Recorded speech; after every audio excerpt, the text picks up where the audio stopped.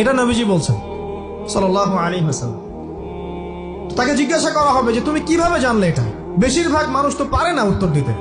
তখন সেই ব্যক্তি বলে বসবে, সেই ব্যক্তি বলবে যে করাতু কিতাব আল্লাহ, আমি আল্লাহর কিতাব এই কোরআন পড়েছি।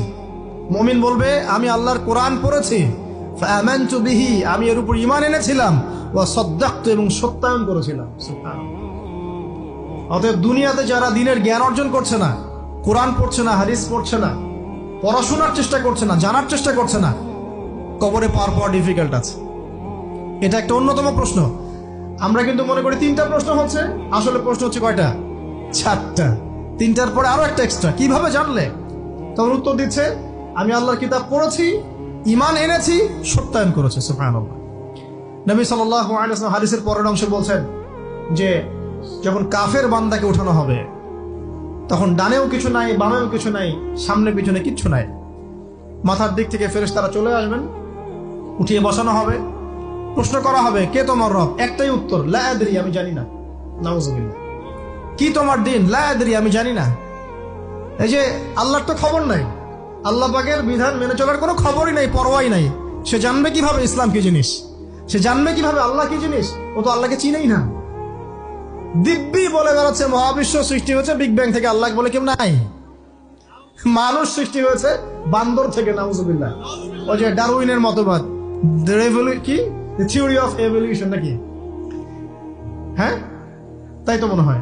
অনেকদিন আগে পড়ছি ভাই, ভুলে গেছি। তো যাই হোক, মানুষ তো আল্লাহকে চিনছে না। এখনো মানুষ মনে করছে যে আল্লাহ বলতে কেউ নাই। এবং এই মুক্ত চিন্তার নামে, বাক স্বাধীনতার নামে নাস্তিকতার যে চর্চাটা বেড়েছে বাংলায়, এটা আশঙ্কাজনক। বড় বড় বিশ্ববিদ্যালয় থেকে পড়ে আসছে, অনেক সময় দেখলাম বড় বিশ্ববিদ্যালয়ের প্রফেসর, সে বলছে যে মহাবিশ্ব বিগ ব্যাং দিয়ে সৃষ্টি হয়েছে, সৃষ্টিকর্তা নাই এখানে। তো মুসলিম বিজ্ঞানীর একটা কথা বলতেন যে মানুষ বিজ্ঞান সম্পর্কে অল্প জানলে নাস্তিক হয়ে যায়, আর অনেক গভীর জ্ঞান অর্জন করলে আল্লাহর কাছে আত্মসমর্পণ করে। খেয়াল করে দেখবেন, ডক্টর, ইঞ্জিনিয়ার যারা বড় বড় লেভেলে চলে গেছেন, অনেক সিনিয়র, তারা কিন্তু বেশিরভাগ নামাজি দেখবেন, নামাজ পড়ে, দান সৎকার করে, সমাজ কল্যাণমূলক কাজ করে। তারা কিন্তু রোগীর সেবা করতে গেলেও বলে যে নামাজ পড়িয়েন, রোজা রাখিয়েন, তারা কিন্তু বলে।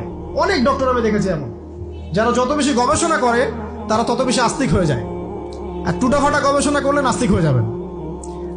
কত প্রশ্ন, ইসলামের এটা কেন, ওইটা কেন, ইসলামে বহুবিবাহ কেন, হ্যাঁ, ইসলামে কি পর্দার বিধান কেন, তারপর ইসলামে এত রেস্ট্রিকশনস, এত বাইন্ডিংস কেন,